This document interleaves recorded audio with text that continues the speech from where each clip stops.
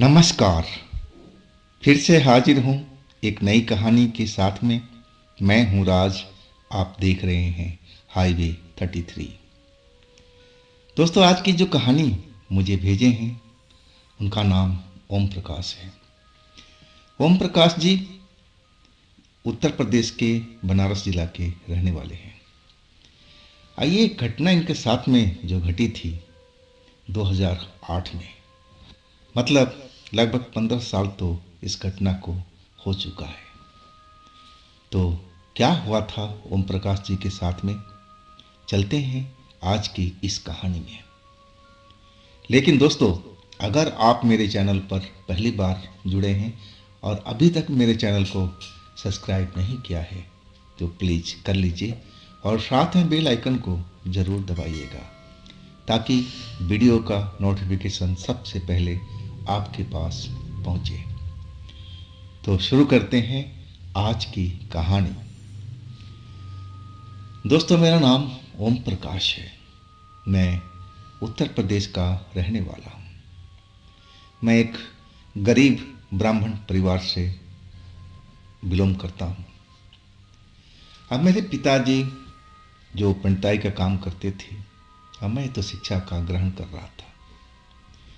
अब धीरे धीरे जो हमारी घर की स्थिति थी पहले से भी बदतर हो चुकी थी।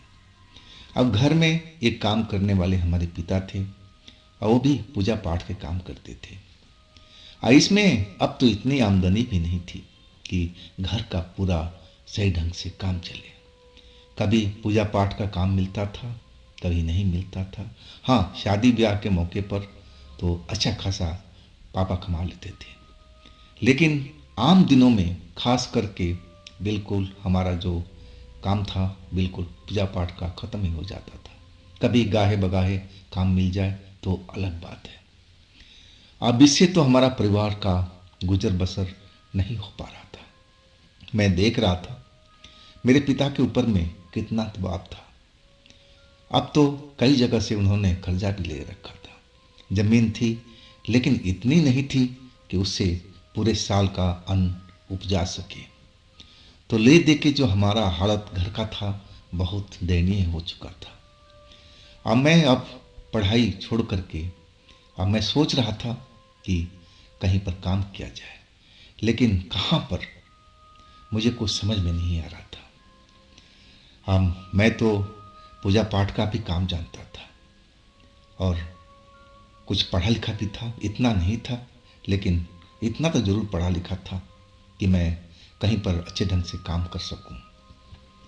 अब मैं अपने इस काम में लग गया था। आसपास में खोजबीन करने लगा कि कहीं पर मुझे कोई योग्य काम मिल जाए, लेकिन बात बन नहीं रही थी। और आखिरकार मेरे एक बचपन का दोस्त से मेरी मुलाकात हो गई एक चाय की दुकान पर। और फिर हम दोनों बैठ कर के चाय पीते हुए बात करने लगे। कपड़े पहनावे सब उसके बहुत बढ़िया थे। एक मेरा ही हाल था कि बस मैं गरीबी से जूझ रहा था। अब मैं उसको अपना दुख दर्द बताने लगा कि भाई, मेरी हालत बहुत ख़राब है और तुम कहीं में मुझे नौकरी दिलवा सकते हो तो बहुत मेहरबानी होगी। अब वो सोच में पड़ गया था। मेरा बचपन का दोस्त कहने लगा, भाई मैं जहाँ नौकरी करता हूँ ना, वहाँ आप जा नहीं पाओगे, बहुत दूर है। और मैं कहने लगा कि भाई क्यों नहीं जा सकते, अगर पैसा मुझे मिले, मुझे तो पैसे से मतलब है। आप भी तो काम करते हो, तो आप भी तो इस शहर से दूर जा रहे हो, इस गांव से दूर जा रहे हो। वो कहने लगा, मेरी बात तो अलग है। मैं तो अपने शहर से काफ़ी दिनों से दूर रहा हूँ। मेरे घर परिवार सब देखने वाले लोग हैं, लेकिन आपके घर में आपके पापा के अलावा तो मुझे कोई दिख नहीं रहा है। आप ही एकलौता हो जो अपने घर का देखभाल भी करते हो। अब मैं उसकी बात को समझ गया था, लेकिन कहने लगा, दोस्त जब पैसा होता है ना तो सब कुछ अपने घर में हो जाता है। मेन चीज़ तो पैसे का खेल है। तो कृपया मेहरबानी करके अगर आपके पास नौकरी है तो आप मुझे अपने उस शहर में ले चलो। वो कहने लगा कि मैं एक आध दिन में सोच करके बताऊंगा, अभी तो मैं पूरा महीना ही रहूंगा। खैर ऐसे तो मैं कई अपने दोस्तों से बात कर कर चुका था, लेकिन कहीं से भी रिस्पॉन्स मिल नहीं रही थी। उनके मन में क्या चल रहा था ये तो मुझे नहीं मालूम, लेकिन मेरे जैसे गरीब का बोझ वो क्यों उठाए, क्यों अपने साथ में ले जाए, मैं तो यही मान रहा था। और आखिरकार 10-15 दिन के बाद मेरा वो दोस्त मुझे ढूंढते हुए मेरे घर तक आ गया और कहने लगा कि ओम प्रकाश, अगर तुमने मन बना लिया है काम करने का तो मेरे साथ चल सकते हो। मेरे पास जो मैं काम करता हूँ ना, वो तो आप नहीं कर पाओगे। मैं तो मैकेनिक हूँ, फैक्ट्री में मशीन चलाता हूँ, लेकिन आप तो ये गुर सीखे नहीं हो, तो आपको तो कुछ अलग ही काम करना पड़ेगा। आप सिक्योरिटी का नौकरी कर सकते हो। मैंने बोला हाँ हाँ, क्यों नहीं कर सकता भाई, पैसा तो मिलेगा तो क्यों क्यों नहीं करूँगा। मैं तो खुश हो गया था उसकी बात सुन करके। अब ये बात मेरे परिवार में सब लोग वहीं पर थे। मेरे पापा कुछ सोच रहे थे और जब वो लड़का बोल दिया कि हाँ अब फाइनल है, अब मैं बताऊंगा किस दिन जाना है, आप अपनी तरफ से तैयारी रहना। और उसके जाने के बाद मेरे पापा का मैं देखा उनका चेहरा उदास था और वो कहने लगे कि बेटा इतनी दूर जाएगा तो मैं तो नहीं बोलूँगा, लेकिन आगे तुम्हारी मर्जी। अब मैंने तो सोच रखा था कि मुझे जाना ही होगा। मैं अब कहीं से भी पैसा तो कमा के ले आऊँ, अपने घर को संभालूँ, क्योंकि अब मुझे देखा नहीं जा रहा था। और आखिरकार कुछ दिनों के बाद मैं अपने दोस्त के साथ उस शहर की तरफ निकल पड़ा था। मैं इतने बड़े शहर में पहली बार गया था, देख करके आंखें चुंधिया सी गई थी। और वो दोस्त, मेरा बचपन का दोस्त, मुझे अपने घर में ही ठहरा है। मुझे खाना पाने का सब कुछ टेंशन उसने दूर कर रखा था। बोला जो हम लोग खाएंगे आप खाना, रहने का सब व्यवस्था है। अब रहा नौकरी का, तो एक आध दिन के अंदर में मैं आपको नौकरी भी दिलवा दूंगा, तब तक आप घूमो फिरो, शहर की जानकारी लो, कौन सा रास्ता किधर जाता है। और आप तो पूजा पाठ भी करते हो ना, तो थोड़ी दूर पर जा कर के मंदिर भी है, वहाँ भी चले जाओ, वहाँ भी पुजारी होंगे, उनसे भी आप थोड़ा मिलो, बैठो, कुछ सीखो, ज्ञान लो। मेरे दोस्त की बात बिल्कुल सही लगी थी। और फिर मैं अपने घर के बगल में जो मंदिर था वहाँ जा कर के बैठने लगा, पुजारियों से जान पहचान होने लगी। अब मैं अपना सब कुछ समस्या उस पुजारी से बता दिया। वो पुजारी भी हमारे साइड के ही थे, अब विद्वान थे, बहुत ज़्यादा ज्ञानी थे वो।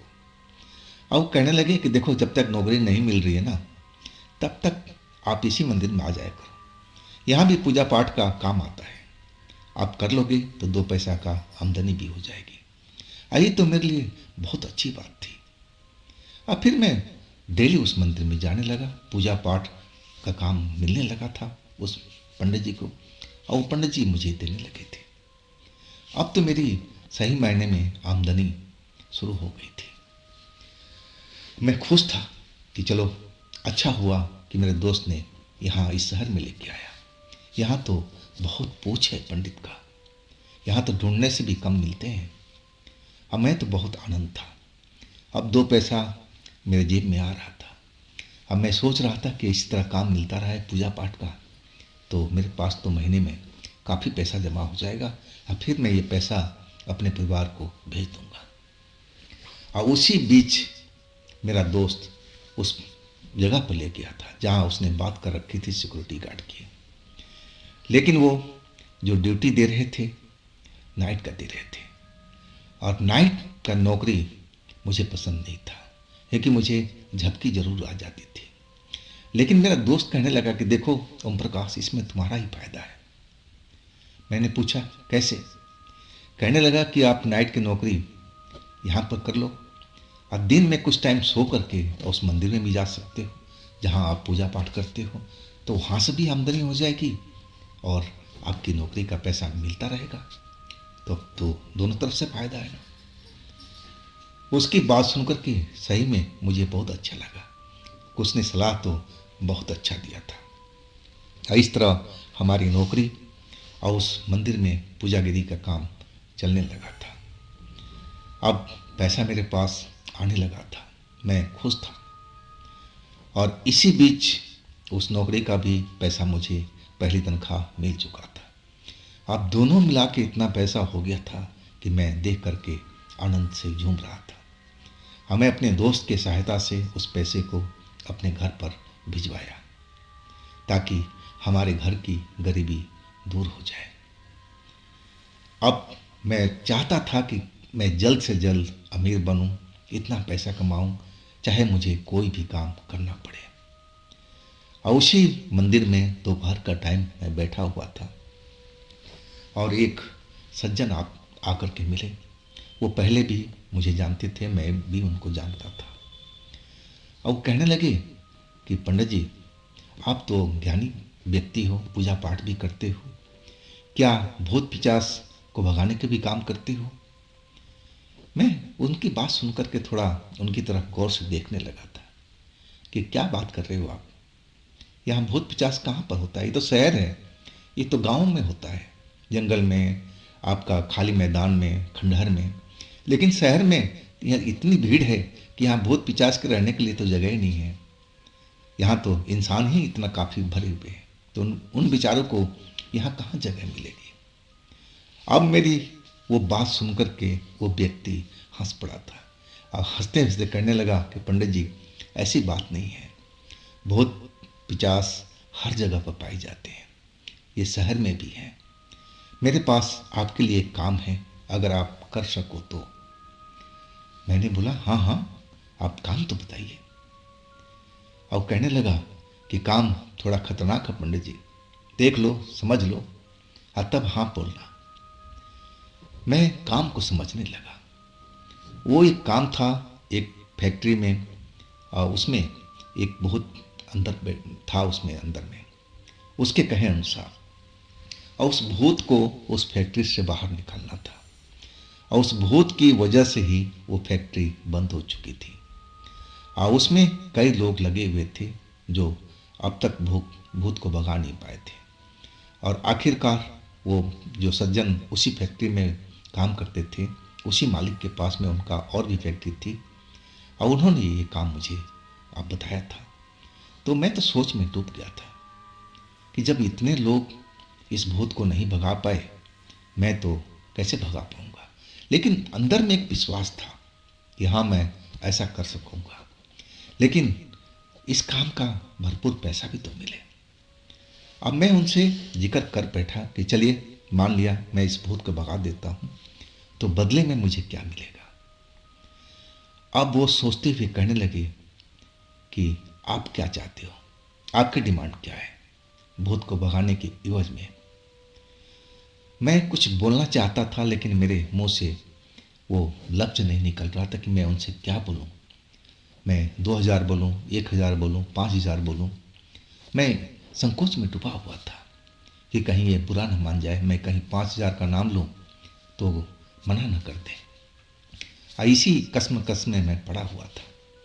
और तब तक वो बोल पड़े कि इस काम को आपको मुझे, हमारी जो सेठ है, 1 लाख रुपए देंगे। अब वो जो 1 लाख की बात कहे ना, तो मुझे तो विश्वास ही नहीं हुआ कि इस छोटे से काम के बदले में मुझे 1 लाख रुपए मिलेगा। अरे गांव में तो हम लोग ऐसे ही भूत को भगा दिया करते थे, घरों से बाहर निकाल दिया करते थे। पिता के द्वारा मैंने ये सब विद्या सीख रखी थी।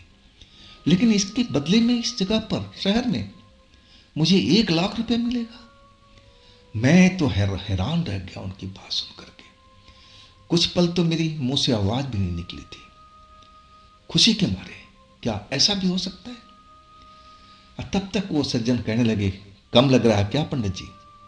मैं कोशिश करूंगा सेठ से कि और आपको पैसा मिले, मैं 1.5 लाख तक करवा दूंगा, लेकिन बशर्ते उस फैक्ट्री से भूत निकल जाना चाहिए। आधा पैसा मैं आपको एडवांस दिलवा दूंगा और आधा पैसा काम होने के बाद। क्या आपको मंजूर है? अब तो जैसे मैं खुशी के मारे अंदर ही अंदर नाचने लगा था। 1.5 लाख रुपए! मैंने तो इतने पैसे कभी अपनी लाइफ में इकट्ठे कभी देखे भी नहीं थे। ये तो मेरे को जैसे सपना लग रहा था, ये ख्वाब सा लग रहा था, लेकिन ये हकीकत था।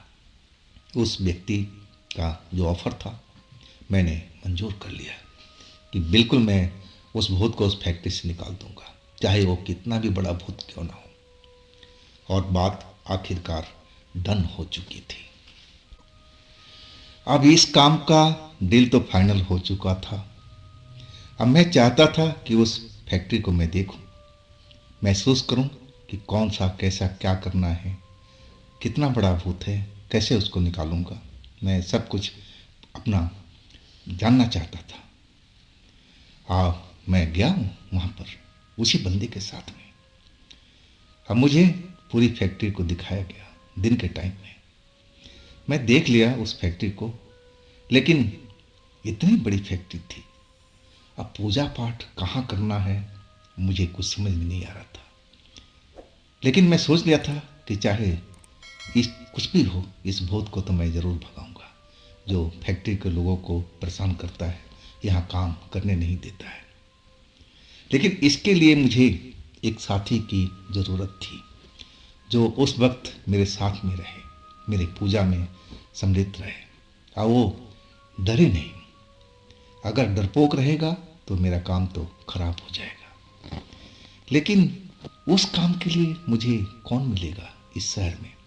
हाँ, गांव होता तो जरूर मेरे गांव का कोई लड़का साथ दे देता, लेकिन यहाँ मैं किससे बात करूं? और इस बात को मैं उस मंदिर के पुजारी से किया और वो मेरी बात सुनकर के एकदम हैरान रह गए थे। वो कहने लगे, ओम प्रकाश, तुम इस लफड़े में क्यों पड़ रहे हो? जिस भूत को काफी तांत्रिकों ने नहीं हटाया, नहीं भगा पाया, कैसे तुम भगा पाओगे? और तुम्हें कुछ हो गया तो तुमने अपने बारे में कभी सोचा है? अपने परिवार को बारे में सोचा है कि तुम्हारे ना जाने के बाद तुम्हारे कुछ हो जाता है तो उनका क्या होगा? तुम भी तो इस बारे में सोचो, ये काम मत लो। उन्होंने मुझे बिल्कुल साफ मना कर दिया कि नहीं ओम प्रकाश, ये काम खतरे से भरा हुआ है। मैं तो बोलूँगा कि इस काम को मना कर दो। लेकिन मैं जानता था कि मैं ये काम जरूर कर दूंगा। मुझे अंदर से आवाज़ आ रही थी कि हाँ, ये मैं इस काम में सफल हो जाऊंगा। अंतरात्मा की आवाज़ मुझे मिल रही थी।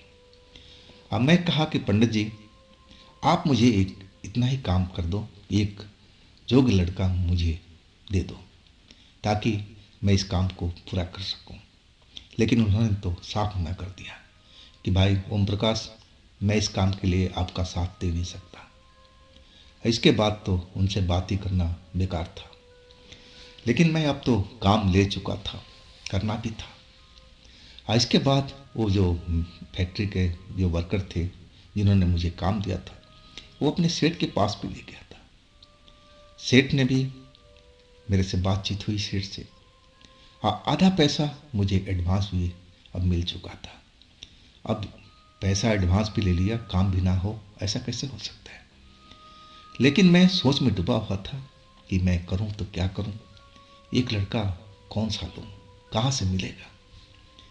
और आखिरकार मैं अपने उसी दोस्त से जो मेरा गांव का था, जो मुझे इस शहर में लेके आया था, और उसी से मैं सब कुछ बताया कि दोस्त बताओ, इस काम में तुम क्या मेरा साथ दोगे? तुम तो निडर हो, तुम तो मेरे पड़ोसी हो और तुम तो जानते हो ना कि हम लोग बहुत भगा लेते हैं। वो मेरी बात सुन करके आश्चर्य से मुझे देखने लगा। बोला, इतना पैसा, इसमें मेरा क्या हिस्सा होगा? मैं बोल पड़ा, भाई आधा आधा कर लेंगे अगर तुम मेरा साथ देते हो तो। वो मेरा दोस्त सोच में डूब गया था। अब फिर जल्दी से बोला, हाँ हाँ, मैं तैयार हूँ, कब करना है ये काम? मैंने बोला, अमावस की रात को, और हमें पूरी रात हो सकता है कि उसी फैक्ट्री में गुजारना पड़ेगा। और तुम अभी भी सोच लो, अगर तुम डर गए तो काम खराब हो जाएगा, सब किया धरा मिट्टी में मिल जाएगा। और हो सकता है कि तुम्हारे डर की वजह से हम लोगों को ऊपर खतरा भी आ जाए। लेकिन वो मेरा दोस्त कहने लगा कि ओम प्रकाश भाई, डरने की जरूरत नहीं है, मैं आपका पूरा साथ दूंगा, मैं बिल्कुल नहीं डरूंगा, जैसा आप कहोगे वैसा मैं करूंगा। और हम लोग फिर अपना प्लान बनाने लगे थे अब पूजा की तैयारियां हमने शुरू कर दिया था। जो भी सामान था पूजा पाठ का हमने सब इकट्ठा कर लिया था। अब अमावस की रात हमें उस फैक्ट्री में जाना था और सारी रात उस फैक्ट्री में हमें गुजारना था, पूजा पाठ करना था।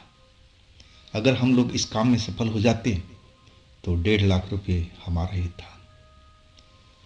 और आखिरकार वो वक्त भी आ गया था। अब हम उस फैक्ट्री में पहुंच गए थे। अब जो उसके वर्कर थे हमें वहाँ गेट तक ले गए थे और बोले कि आप लोग चले जाओ, पूजा पाठ करो और हम बाहर में रहेंगे। उनके साथ एक मालिक का दूसरा व्यक्ति भी था जो कार में था, जो हम लोग को यहाँ तक छोड़ा था। और वो कहने लगे कि हम बाहर ही रहेंगे और आप लोग अपना काम शुरू कर दीजिए। अब हम फैक्ट्री के अंदर थे, दरवाज़ा अंदर से हम बंद कर दिया था और हम वो स्थान भी चुन लिए थे जहाँ हमें पूजा पाठ करना था, फैक्ट्री का बीचों बीच का एरिया। इसके बाद पूजा पाठ हम तैयारी करने लगे थे। अब जो मेरा दोस्त था वो, मैं देख रहा था उसको कि वो बिल्कुल खामोश था। अंदर से शायद वो डरा हुआ लग रहा था। इतनी बड़ी फैक्ट्री थी और वहाँ पर हम दोनों के अलावा कोई नहीं था। हर तरफ सुनापन था, सन्नाटा फैला हुआ था और शायद इसी वजह से वो डरा डरा सा दिख रहा था। मैं उसकी मनोदशा समझ चुका था। अब मैं उसको कहने लगा कि दोस्त, अगर डर लग रहा हो ना तो हम लोग चलते हैं, फिर कभी कर लेंगे, आज नहीं। लेकिन वो कहने लगे, नहीं नहीं ओम प्रकाश भाई, मैं डर थोड़ी रहा हूँ, मैं तो देख रहा हूँ आप क्या कर रहे हो, मैं इसलिए शांत बैठा हूँ, आप अपना काम कर सकते हो, आप मुझे बताओ कि मुझे क्या करना है। मैं उसका काम समझा दिया था कि आपको क्या करना है। अब मैं पूरी उस जगह को घेर करके बांध दिया मंत्र के शक्ति द्वारा, गंगा जल के द्वारा, ताकि उस पूजा के एरिए में कोई हमें पकड़ ना पाए और ना कोई उधम मचा सके। क्योंकि खास करके ऐसा पूजा में ऐसा ही होता है, पूजा सफल नहीं करने देते हैं वो लोग। जो भी काली शक्ति होती है ना, वो चाहती है कि पूजा कभी सफल ना हो, व्यवधान जरूर डालती है। और हम दोनों अब उस घेरे के अंदर में थे। अब रात के 12 बजे से ऊपर का टाइम हो गया था। अब हम दीपक उपक जला करके मंत्रोच्चार अपना शुरू कर दिया था। जो भी पूजा का विधि होता हम उसी विधि विधान से पूजा कर रहे थे। अब मेरा दोस्त का काम था कि बस उसी घेरे में रह करके और अपनी निगाहें हर तरफ दौड़ाते रहे। अगर उसको ऐसी कोई बात दिखती है तो मुझे सचेत कर दे, डरे नहीं और उस घेरे से बाहर भी ना जाए। बस एक काम था उसका। अब मैं अपने पूजा में ध्यान लगाए हुए था, मंत्रोच्चार मेरा चल रहा था, दीपक जल रहा था, सब कुछ सही ढंग से विधिवत चल रहा था। और मेरा दोस्त जो था अपने काम में वो लगा हुआ था। उसकी निगाहें हर तरफ दौड़ रही थी, हर तरफ देखने का कोशिश करता था कि ऐसी कोई चीज़ तो नहीं दिखाई दे रही है जो इस पूजा की तरफ इस जगह पर आ रही हो। लेकिन अभी तक सब कुछ सही था, सब कुछ सही चल रहा था। अब पूजा को लगभग 1 घंटा बीत चुका था। अब कुछ ही देर में ये पूजा समाप्ति की ओर जाना था। इसके बाद वहाँ का गंगा जल ले करके हमें पूरी फैक्ट्री में छिड़काव करना था। कोई भी एरिया छोड़ना नहीं था जहाँ हमें शंका लगे कि यहाँ पर भी भूत हो सकता है। इसके बाद तो ये फैक्ट्री बिल्कुल शुद्ध हो जाना था। यहाँ पर कोई भी काली शक्ति, कोई भी भूत, कोई भी पिशाच, ऐसी कोई चीज़ रहने की गुंजाइश ही नहीं बननी थी। लेकिन अभी तो काम बाकी था। और कुछ ही देर के बाद में मेरा दोस्त जो था, लगा कि जैसे डर से कांप रहा। उसने मेरे कंधे पर हाथ रख दिया। मैं देख रहा था कि मेरे कंधे पर हाथ रखा हुआ और थर थर थर थर कांप रहा है। मैं तो अपने पूजा की समाप्ति की ओर बढ़ रहा था। बस कुछ ही देर रह गया था पूजा को ख़त्म होने में। लेकिन मैं समझ गया कि मेरे दोस्त को कोई ना कोई चीज़ दिखाई दे रहा है। अब मैं तो कुछ बोल ही नहीं सकता था। मैं तो मंत्र उच्चार कर रहा था। अगर मैं मंत्र बंद कर देता तो पूजा का जो काम था खत्म हो जाता, फिर हमें अगली अमावस को आना पड़ता। और मैं अपने मंत्रोच्चार करता जा रहा था। अब मेरा दोस्त क्या ये हालत था कि जैसे उसको ठंड लग गई हो, इतना तेजी से उसका शरीर कांप रहा था। और वो बोल भी रहा था, वो आ गई है, वो आ गई है, वो लंबी लंबी सी है, बड़े बड़े बाल हैं उसके, बड़े बड़े हाथ हैं। वो अनाप शनाप बकता जा रहा था, डरा हुआ। अब मैं तो ध्यान नहीं देना था उस पर, मैं अपने काम में लगा हुआ था। और अचानक वो तेज तेज चिल्लाने लगा था, डर के मारे। वो कहने लगा कि वो हमें मार देगी, मार देगी, हम लोग यहाँ से भागते हैं।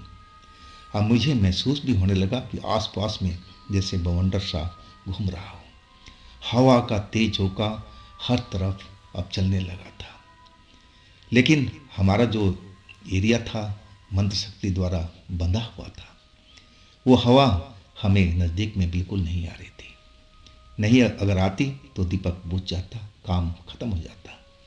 मंत्र शक्ति से वो बंधा हुआ जगह था। लेकिन महसूस तो जरूर हो रहा था कि पूरे फैक्ट्री में जैसे तूफान आ गया, तेज तेज हवा चल रही हो। अब कोई चीज़ गिर करके नीचे लुढ़कती थी, उसकी आवाज़ उस सन्नाटे को और ज़्यादा भयभीत कर देती थी। और डरना उस लड़के को तो लाजमी था। उसने तो आज तक किसी आत्मा भूत को देखा नहीं, और वो तो डर ही चुका था मेरा दोस्त। अब तो वो चिल्लाने लगा था, ओम प्रकाश, ओम प्रकाश, हम लोग बच नहीं पाएंगे। उसकी आंखें बड़ी बड़ी दिखाई दे रही है, लाल लाल जलती जा रही है, जैसे उसमें से रोशनी निकल रहा हो। अब देखो उसके लंबे हाथ अब यहाँ तक पहुँचने वाले हैं। अब हम लोग क्या करेंगे? ओम प्रकाश, कुछ करो, कुछ करो, नहीं तो हम लोग भागते हैं यहाँ से, जान बचाते हैं। अब मैं तो उससे बोल भी नहीं सकता था कि ओम प्रकाश डरो नहीं। जो मेरा दोस्त था, मैं उसको बोल भी नहीं सकता था कि भाई तुम डरो नहीं, सब कुछ ठीक हो जाएगा, कुछ ही देर की बात है, तुम शांत रहो, उसकी तरफ मत देखो। लेकिन मैं बोलूँ तो कैसे बोलूँ? अब वो मेरा दोस्त अब लग रहा था कि अब डर के मारे जमीन पर गिर जाएगा। वैसे ही वहाँ पर माहौल पैदा हो चुका था। हर तरफ तेज तूफान अभी भी चल रहा था। फैक्ट्री के सामान इधर से उधर लुढ़कते हुए एक डरावनी आवाज़ पैदा कर रहे थे। और जो वहाँ पर गेट लगा हुआ था लोहे का, और वो कभी खुलता कभी बंद होता, धड़ाम धड़ाम की आवाज़ सुनाई पड़ रही थी।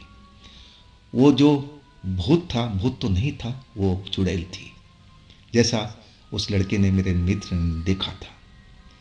और वो नहीं चाहती थी कि हम लोग इस जगह पर रहें और ये पूजा संपन्न हो। अगर ये पूजा संपन्न हो जाता तो उसके लिए इस फैक्ट्री में जगह नहीं थी। और वो कैसे भी चाह रही थी कि पूजा में विघ्न डाला जाए और ये पूजा को ख़त्म कर दिया जाए। लेकिन मैं अपनी जगह पर अडिग था। और आखिरकार अब कुछ ही मंत्र रह गए थे जिसे मुझे पूरा करना था। और तभी मेरा जो दोस्त था इतना डर चुका था उसको देख करके, उस चुड़ैल को, कि उस घेरे में से अब बाहर निकल करके दौड़ पड़ा था। और जैसे ही बाहर निकला भागने के लिए, मैं तो अपने पूजा में एकदम लगा हुआ था। अब मैं उसको समझा भी नहीं पाया कि मत भागो, भागना ठीक नहीं है, नहीं तो तुम्हारा जान भी जा सकता है। लेकिन वो मेरी बात को नहीं माना और उस घेरे से बाहर निकल चुका था। और जैसे ही निकला उसकी दर्दनाक चीख मुझे सुनाई पड़ी। अब मैं समझ गया कि अब उसके साथ में क्या होना है। और कुछ ही मंत्र अब रह गया था, मैं जल्दी से उस मंत्र को पूरा करना चाहता था। अब मेरे दोस्त की चीखें साफ साफ सुनाई दे रही थी, जैसे लग रहा था कि उसका गला को रेता जा रहा हो। उसकी दर्द भरी चीखें मुझे एकदम परेशान कर रही थी। अब करूं तो क्या करूं? अगर मैं इस पूजा को बंद करता तो शायद मेरी भी जान उस रात को नहीं बचती। और आखिरकार कुछ ही मंत्र बाकी था और वो मंत्र मैंने जल्दी से पूरा कर लिया। और इसके बाद वो गंगा जल का लोटा उठा करके मैं खड़ा हो गया। अब जैसे वो तूफान था ना, बिल्कुल शांत हो चुका था। मेरी दोस्त की जो चिल्लाने की आवाज़ थी, अब वो भी शांत हो गया था। और तभी लगा कि उस जगह से बहुत सारे चमगादड़ फड़फड़ाते हुए उस जगह से उड़ करके बाहर की तरफ निकल पड़े थे। उनकी पंखों की फड़फड़ाहट की आवाज़ मुझे साफ सुनाई दे रही थी। अब मुझे अब लग गया कि इस जगह से उस चुड़ैल ने अपना ठिकाना बदल दिया है। अब इस जगह पर वो नहीं रहने वाला। लेकिन मेरा दोस्त का क्या हुआ? वो कहाँ पर है? जिंदा है या फिर? मैं जल्दी से उस घेरे से बाहर निकला, हाथ में लोटा पूजा वाला। मैं देख रहा हूँ तो दरवाजे पर मेरा दोस्त जमीन पर गिरा हुआ है। आधा शरीर दरवाजे के उस तरफ और आधा शरीर दरवाजे के इस तरफ में। अब मैं जल्दी से पहुंचा तो देखा कि मेरा दोस्त नीचे ज़मीन पर है और वो बेहोश में है। मैं समझ गया कि इसके साथ क्या हुआ है।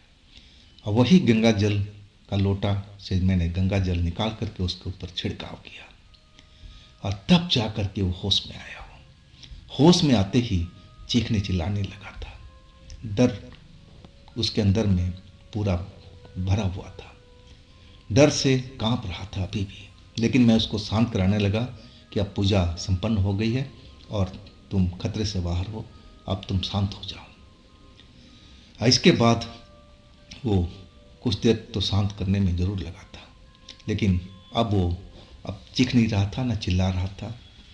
और इसके बाद हम लोग पूरी फैक्ट्री में गंगा जल का छिड़काव किया ताकि कहीं भी गलती से कोई चीज़ रह गई हो वो इस जगह से भाग जाए।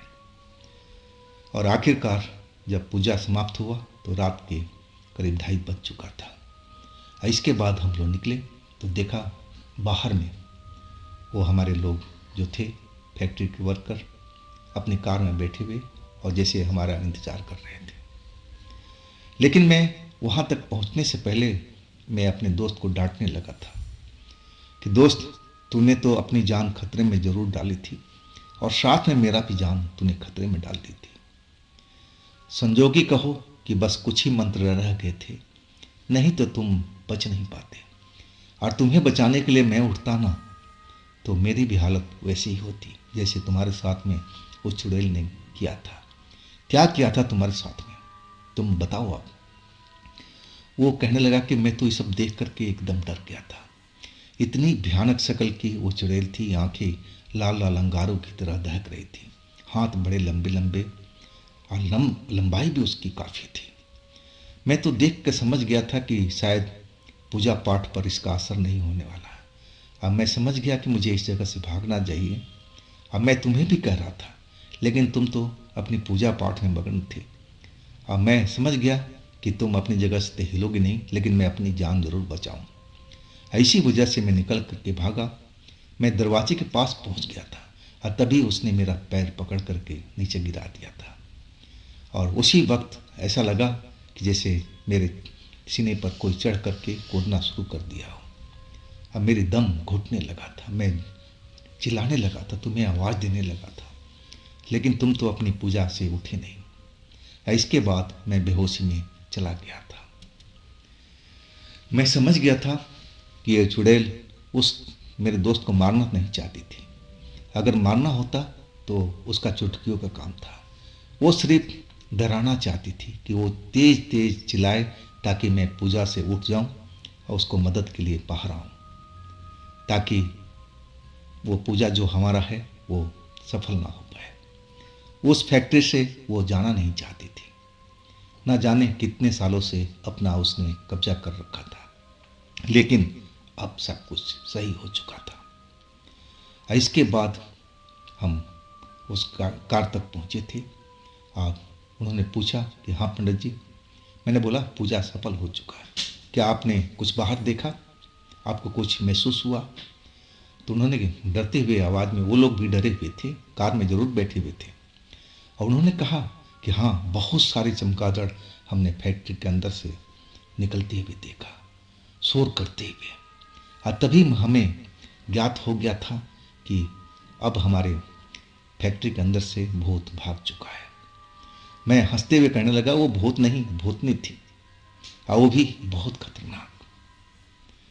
और इसके बाद हम लोग घर वापस आ गए थे। लेकिन ये घटना जो हुआ था, इसके बाद मैं ये काम कभी नहीं किया था।